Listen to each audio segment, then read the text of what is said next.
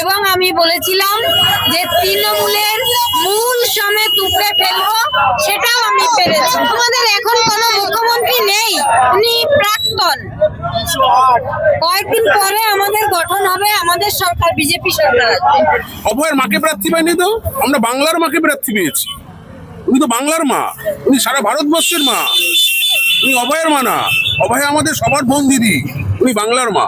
উনি বিশ্বাস করতে পারছে না যে উনি আর নেই, আমাদের মধ্যে মমতা ব্যানার্জি আর নেই। উনি 300 কেন, উনি ভাগ্যিস বলেন 600 সিটে জিতবে। 300 তো কম বলেছে, উনি 600 সিটে বলে দিতে পারে ওনার যে অবস্থায় যখন।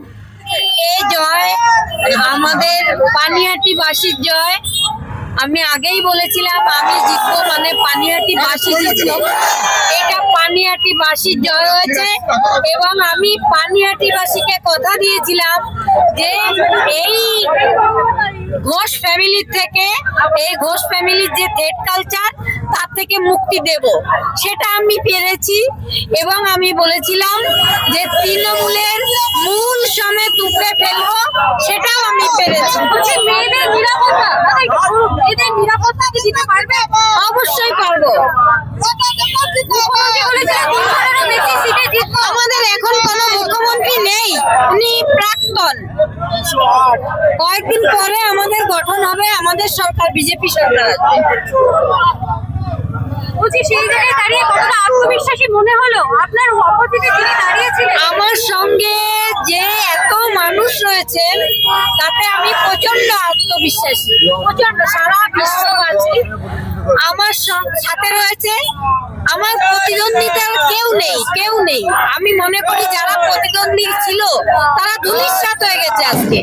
সবাই যারা আমার সাথে রয়েছে, সবাই আমার সহযোদ্ধা। তাদের নিয়ে আমি একটা বাংলাটাকে একদম মডেল বাংলা তৈরি করতে পারবো। একদম মেয়েদের নিরাপত্তা, বাচ্চাদের পড়াশোনা, সমস্ত একদম।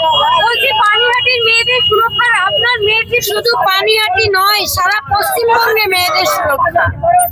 আরে সূর্যাস্ত অনেকক্ষণ আগেই হয়ে গেছে, 12টার সময়, কিন্তু উনি জিততে পারেনি। আমাদের পানিহাটি পুরো পশ্চিম বাংলায় কত ফুল ফুটেছে। উনি বিশ্বাস করতে পারছে না যে উনি আর নেই, আমাদের মধ্যে মমতা ব্যানার্জি আর নেই। আরে উনি জিতবে, উনি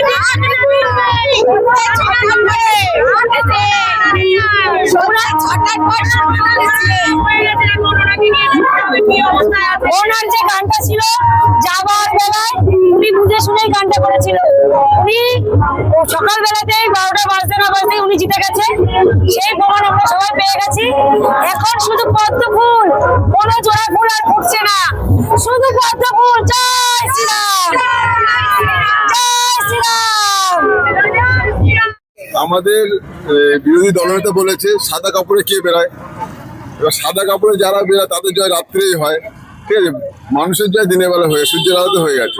অশুভ শক্তির জয় রাত্রে হয়, কিন্তু আমাদের এখানে এবার অশুভ শক্তিরও জয় হবে রাত্রে।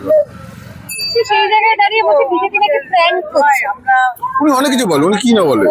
উনি গল্প লেখে, কবিতা লেখে, অনেক কিছু বলে। ওনার বলা কেউ বাংলা মানুষ ধরে না, ধরলে পরে আজকে সিটে জিতবে, দুটো লিড তো ক্রস করতে পারছে না। উনি 300 কেন, উনি ভাগ্যিস বলেন 600 সিটে জিতবে। 300 তো কম বলেছে, উনি 600 সিটে বলে দিতে পারে ওনার যে অবস্থায় যখন। নিজে জানেন উনি কি বলছে।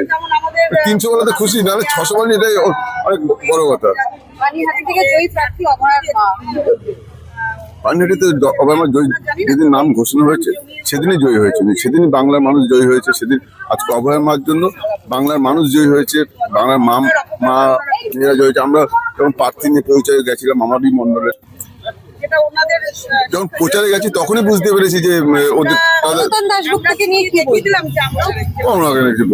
মুসলমান একটা, সিপিএম মুসলমান একই, সিপিএমের সাথে মুসলমান তফাৎ হয় না। কি বলবেন সূর্যাস্তের পরে জয়ী হওয়ার সম্ভাবনা? মুখ্যমন্ত্রী মমতা বন্দ্যোপাধ্যায় কথা এখনো বলেছিলেন।